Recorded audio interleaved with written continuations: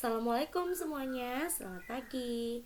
Kali ini kita akan membahas tentang pembuatan koloid.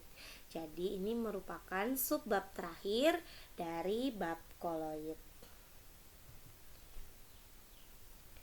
Pembuatan koloid dibagi menjadi dua cara.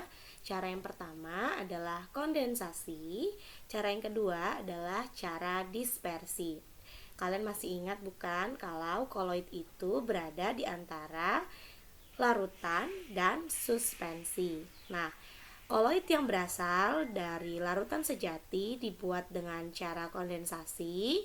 Koloid yang berasal dari suspensi dibuat dengan cara dispersi. Jadi, kalau dari larutan mau menjadi koloid itu namanya kondensasi. Kalau dari suspensi menjadi koloid itu dilakukan dengan cara dispersi. Jadi, untuk lebih memahami cara pembuatan koloid secara kondensasi dan secara dispersi, maka kita akan bahas satu persatu. Kita akan bahas dari cara kondensasi. Pembuatan koloid dengan cara kondensasi ini dibedakan menjadi dua, yaitu cara kimia dan cara fisika. Nah, kedua cara ini banyak diterapkan untuk membuat koloid tipe sol.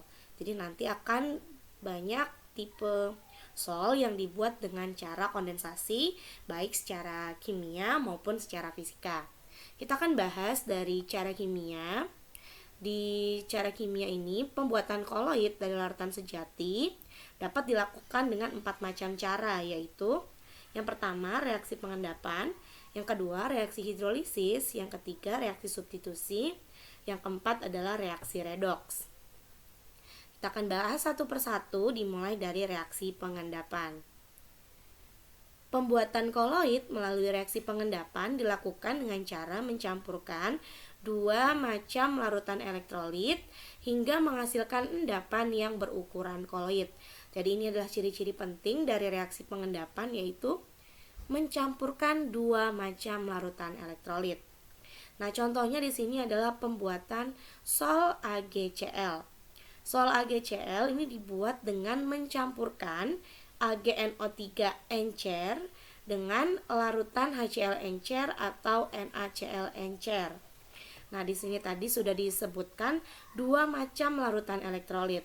Jadi, ini AgNO3 dicampurkan dengan HCl. Ini dua-duanya adalah larutan elektrolit. Nah, ini ada reaksinya. Ini reaksi yang pertama, jika AgNO3 direaksikan dengan HCl, ini menjadi AgCl plus HNO3. Nah, AgCl-nya ini dia berukuran koloid, jadi sol AgCl. Nah, begitu juga jika direaksikan dengan NaCl, ini terbentuk sol AgCl plus NaNO3. Jadi berbeda di produknya yang selain sol AgCl. Tapi dua reaksi ini tuh dua-duanya tujuannya adalah untuk mendapatkan sol AgCl atau pembuatan sol AgCl. Selanjutnya ada reaksi hidrolisis. Nah, koloid juga dapat dibuat dengan reaksi hidrolisis.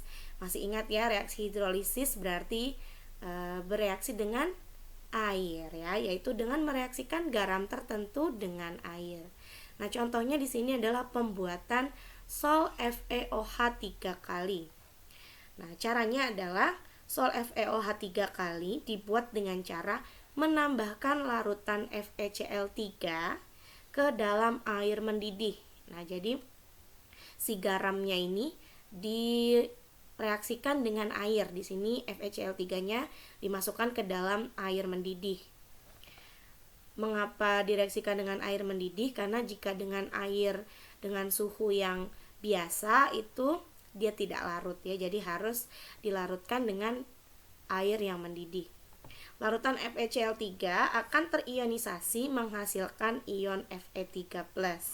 Nah, ion Fe3+-nya ini akan mengalami reaksi hidrolisis menjadi FeOH 3 kali. Nah, ini reaksinya, FeCl3 ditambah air menjadi FeOH 3 kali plus 3HCl. Nah, jadi ini adalah sol FeOH 3 kali. Oke, kita lanjut ke cara yang ketiga dari cara kimia, yaitu reaksi pemindahan atau substitusi. Nah, contoh koloid yang dibuat dengan cara pemindahan yaitu sol AS2S3. Nah, ini ada reaksinya ya, AS2O3 ditambah 3H2S menjadi AS2S3 plus 3H2O. Jadi ini reaksi pemindahan atau substitusi. Contoh koloid lain yang dibuat melalui reaksi pemindahan adalah sol belerang. Jadi reaksinya adalah Na2S2O3 ditambah 2HCl. Ini menghasilkan 2NaCl plus H2SO3 plus belerang. Nah, ini adalah solnya. Jadi Oke, cara kimia yang terakhir adalah reaksi redoks. Masih ingat ya dengan redoks? Redoks adalah kepanjangan dari reduksi oksidasi. Pembuatan koloid dengan reaksi redoks selalu disertai dengan perubahan bilangan oksidasi. Misal sol emas dan sol belerang. Nah, di sini ada reaksinya. Untuk sol emas 2AuCl3 ditambah 3HCHO ditambah 3H2O menjadi emas ditambah HCl plus HCOOH. Nah, jadi sol emas ini dibuat dengan mereduksi larutan garamnya yaitu AuCl3 dengan menggunakan reduktor formaldehid HCHO. Selanjutnya, contoh lain dari reaksi redoks adalah sol belerang. Nah, sol belerang ini dibuat dengan mengalirkan gas H2S ke dalam larutan SO2 atau ke dalam larutan H2O2. Jadi ada dua cara bisa mengalirkan gas H2S ke dalam larutan SO2 atau ke dalam larutan H2O2 atau hidrogen peroksida. Dua-duanya sama-sama menghasilkan sol belerang. Nah, di sini kalau mau tahu selalu disertai dengan perubahan bilangan oksidasi. Nah, di sini bilox S-nya adalah -2. Ya, lalu di sini biloxnya adalah 0. Nah, jadi itu terjadi perubahan bilangan oksidasi. Itu ya, di sini ada -2, di sini 0. Ya, jadi terjadi perubahan bilangan oksidasi untuk belerangnya. Untuk sol emas di sini juga terjadi perubahan bilangan oksidasi karena di sini AU-nya adalah +3 dan di sini AU-nya adalah 0.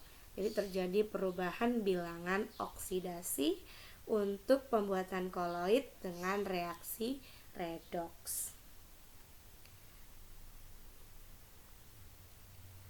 Oke, tadi kita sudah bahas tentang cara kimia. Yang selanjutnya adalah secara fisika. Nah, cara fisika ini digunakan untuk membuat koloid dengan cara mengubah larutan sejati menjadi partikel koloid. Ada 3 cara pada cara fisika. Yang pertama adalah pengembunan uap. Nah, cara pengembunan uap ini diterapkan pada pembuatan sol raksa atau Hg. Yang kedua adalah pendinginan. Suatu koloid dapat diubah melalui proses pendinginan. Tujuannya untuk menggumpalkan suatu larutan sehingga menjadi koloid karena kelarutan suatu zat sebanding dengan suhu. Untuk cara yang ketiga adalah penggantian pelarut. Penggantian pelarut digunakan untuk mempermudah pembuatan koloid yang tidak dapat larut dalam pelarut tertentu. Misalnya, pada pembuatan sol belerang.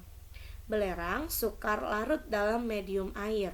Oleh karena itu, air diganti dengan alkohol. Jadi, kalau mau melakukan pembuatan sol belerang, itu belerangnya tidak bisa larut di medium air ya, jadi sukar larut dalam medium air sehingga harus dilarutkan di dalam pelarut lain yaitu alkohol. Jadi perbedaannya kalau di cara kimia itu jelas menggunakan secara reaksi ya, reaksi kimia, sedangkan di cara fisika itu tidak terjadi reaksi, jadi hanya menggunakan perubahan-perubahan wujud ya. Contohnya di sini ada pengembunan uap, lalu di sini ada pendinginan ya berhubungan dengan suhu. Selanjutnya ada penggantian pelarut. Nah, ini adalah cara-cara pembuatan koloid secara kondensasi. Lanjut ke cara yang kedua. Kalau tadi kita sudah bahas tentang cara kondensasi ya, dari larutan itu partikelnya dirubah menjadi partikel koloid. Nah, sekarang cara yang kedua adalah cara dispersi. Ini berasal dari suspensi, mau kita jadikan partikel koloid. Nah, dispersi merupakan cara pembuatan koloid yang berasal dari suspensi. Pembuatan koloid dengan cara dispersi itu dapat dilakukan dengan beberapa cara ya. Ada yang pertama ada Bussur-Bredig, yang kedua adalah mekanik, yang ketiga adalah homogenisasi, yang keempat adalah peptisasi. Kita akan bahas satu persatu, dimulai dari Bussur-Bredig. Cara Bussur-Bredig ini merupakan pembuatan koloid yang juga sering disebut dengan elektrodispersi. Cara ini dilakukan untuk membuat partikel-partikel fase terdispersi menggunakan loncatan bunga api listrik. Cara ini banyak digunakan untuk membuat sol logam. Ya, jadi lagi-lagi ini ada hubungannya dengan sol. Ya, jadi untuk cara Bussur-Bredig ini juga digunakan untuk pembuatan koloid tipe sol. Nah, di sini ada rangkaian alat Bussur-Bredig. Ya, jadi di sini ada elektroda, logam yang akan dibuat koloid, misalnya sol emas atau sol platina, berarti di sini adalah emas atau platina yang digunakan sebagai elektroda yang dicelupkan ke dalam medium pendispersi dan ujung yang lain dihubungkan dengan sumber arus listrik. Nah, makanya nanti ada yang namanya loncatan bunga api listrik. Jadi ingat aja kalau ada kata-kata loncatan bunga api listrik itu pasti cara Bussur-Bredig. Nah, panas yang timbul akan menguapkan logam dan uap itu terdispersi ke dalam air dalam bentuk partikel koloid yang halus dan terbentuklah sol logam. Jadi nanti logamnya ini tergantung elektroda yang dipasang ini apa. Biasanya sol emas atau sol platina nanti yang akan dihasilkan. Oke, cara selanjutnya yaitu ada cara mekanik. Nah, pembuatan koloid dengan cara mekanik dilakukan dengan cara penggarusan zat padat hingga halus, kemudian didispersikan ke dalam medium pendispersi. Nah, kalau kalian tahu apoteker ya, kalau menumbuk obat atau menggerus obat yang tadinya bentuknya adalah pil menjadi serbuk, nah kira-kira cara mekanik itu seperti itu. Jadi suspensinya itu digerus terlebih dahulu, lalu nanti baru dispersikan ke dalam medium pendispersi sehingga membentuk partikel koloid. Yang ketiga dari cara dispersi adalah cara homogenisasi. Homogenisasi adalah cara yang digunakan untuk membuat suatu zat menjadi homogen dan berukuran partikel koloid. Misal untuk pembuatan koloid tipe emulsi seperti susu, pada pembuatan susu, ukuran partikel lemak pada susu diperkecil hingga berukuran partikel koloid. Caranya adalah dengan melewatkan zat tersebut melalui lubang berpori yang mempunyai tekanan tinggi. Apabila partikel lemak dengan ukuran partikel koloid sudah terbentuk, zat tersebut kemudian didispersikan ke dalam medium pendispersinya. Jadi, partikelnya itu dibuat supaya berukurannya sama ya, atau menjadi homogen dan ukurannya itu dalam ukuran partikel koloid. Cara yang terakhir dari cara dispersi dalam pembuatan koloid adalah pembuatan koloid dengan cara memecah partikel zat yang mengendap dalam medium pendispersi air menjadi berukuran partikel koloid. Contohnya adalah pembuatan sol agar-agar dari tepung agar-agar yang ditambah dengan air. Pembuatan sol gelatin dengan menambahkan air ke dalam gelatin sehingga gelatin dipeptisasi oleh molekul air. Yang ketiga adalah pembuatan sol AlOH 3 kali dengan menambahkan H2O ke dalam larutan AlCl3. Jadi ciri-ciri dari cara peptisasi ini adalah medium pendispersinya merupakan air yang akan memecah partikel zat yang mengendap.